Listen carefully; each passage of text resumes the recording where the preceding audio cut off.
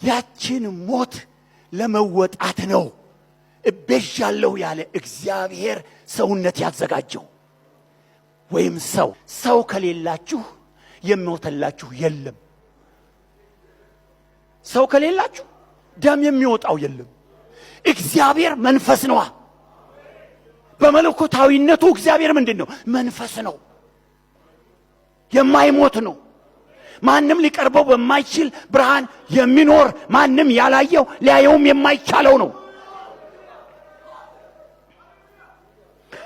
እዚህ ጋር ነው ተአምራት የተሰራው። ምን የሚባል ተአምራት የተሰራው? እግዚአብሔር በስጋ ተገለጠ የሚለው ተአምራት የተሰራው በእርሱ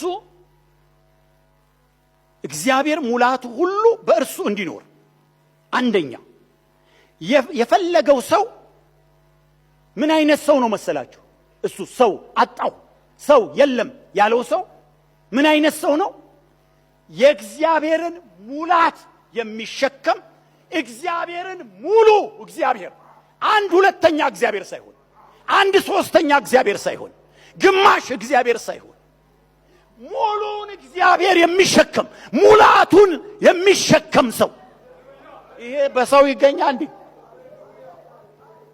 ከየት ይመጣል?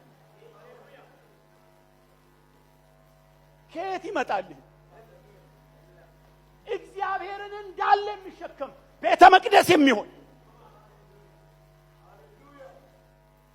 እና እግዚአብሔርን ተሸክሞ በዛ ሰውነቱ በኩል ደግሞ የሚያስታርቅ በዛ ደም በዛ ሰውነቱ በኩል በሚፈስ ደም ከዛ ሰውነት በሚወጣ መከራ ከዛ ሰውነት በሚፈስ ውሃ ዓለምን ከራሱ ጋር እግዚአብሔር ሊያስታርቅበት ውስጡ የሚቀመጥበት የሙላቱ መቅደስ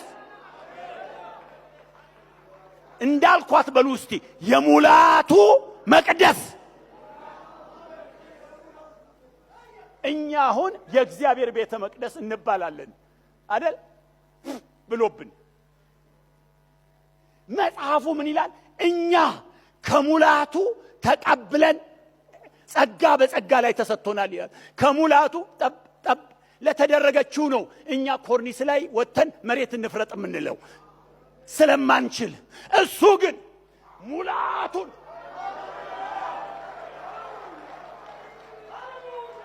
ሃሌሉያ!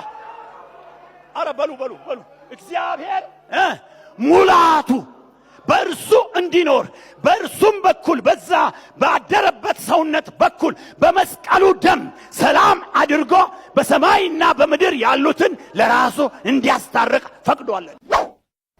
ልጅ ነው። ልጅ ከሌለ መካከለኛ የለም፣ ሞት የለም። ነገር ግን ያ ቤዣለሁ ያለ እግዚአብሔር ደግሞ እዚህ አለ።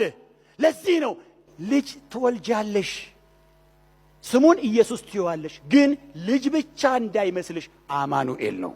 አማኑኤል ማለት እግዚአብሔር ከኛ ጋር አንድ እግዚአብሔር አለና በእግዚአብሔርና በሰው መካከል ደግሞ አንድ ሌላ እግዚአብሔር አለ።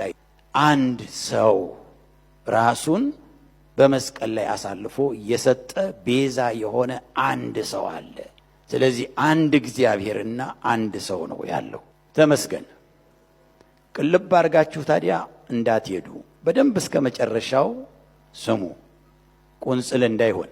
ታዲያ በአዲስ ኪዳን ምንድነው የተከናወነው?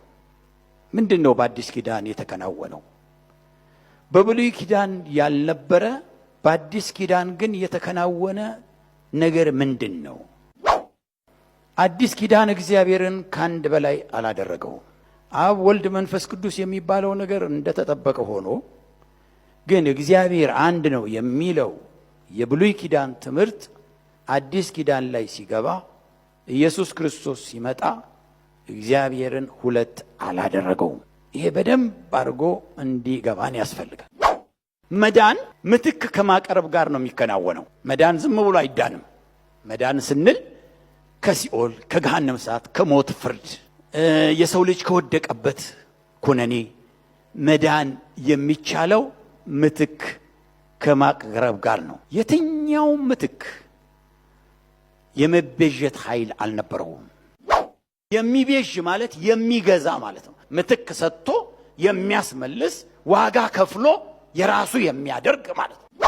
ከማህፀን የሰራህ የሚቤዥህ እግዚአብሔር እንዲህ ይላል፣ ሰሪና የሚቤዥ አይለያዩ፣ ፈጣሪና ገዢ አይለያዩ።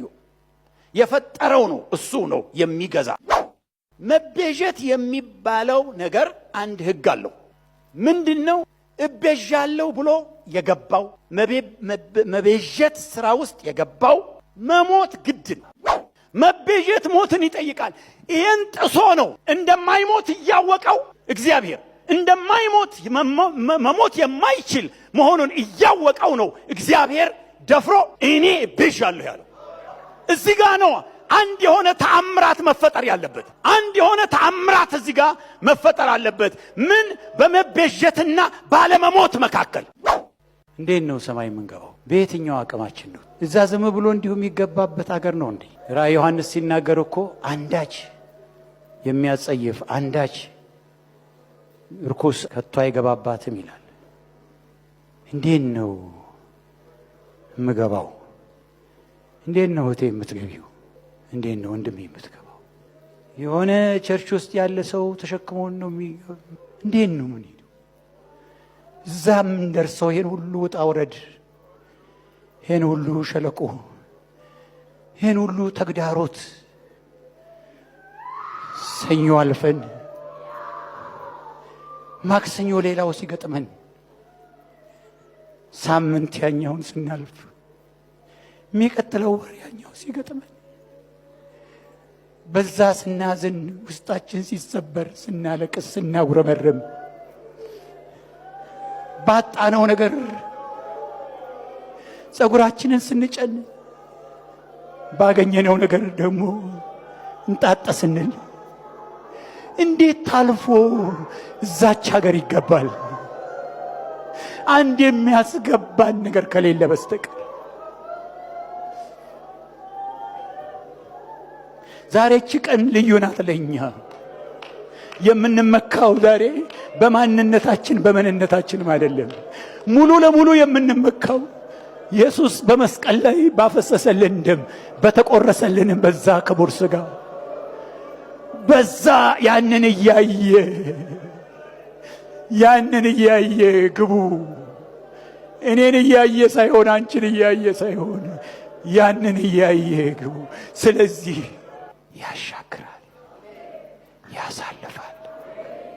አንድ ቀን በኢየሱስ ስም ስንጠመቅ እዛ ውሃ ውስጥ ስንገባ ኃጢአታችንን ያጠበ ደም ብቻ ሆኖ አልቀረም። ዕለት ዕለት ኑሯችን ሰማይ እስክንገባ ድረስ በሱ ተይዘን በሱ ተደግፈን የምንደርስበት ምን አይነት ፍቅር ነው? ምን አይነት ፍቅር ነው?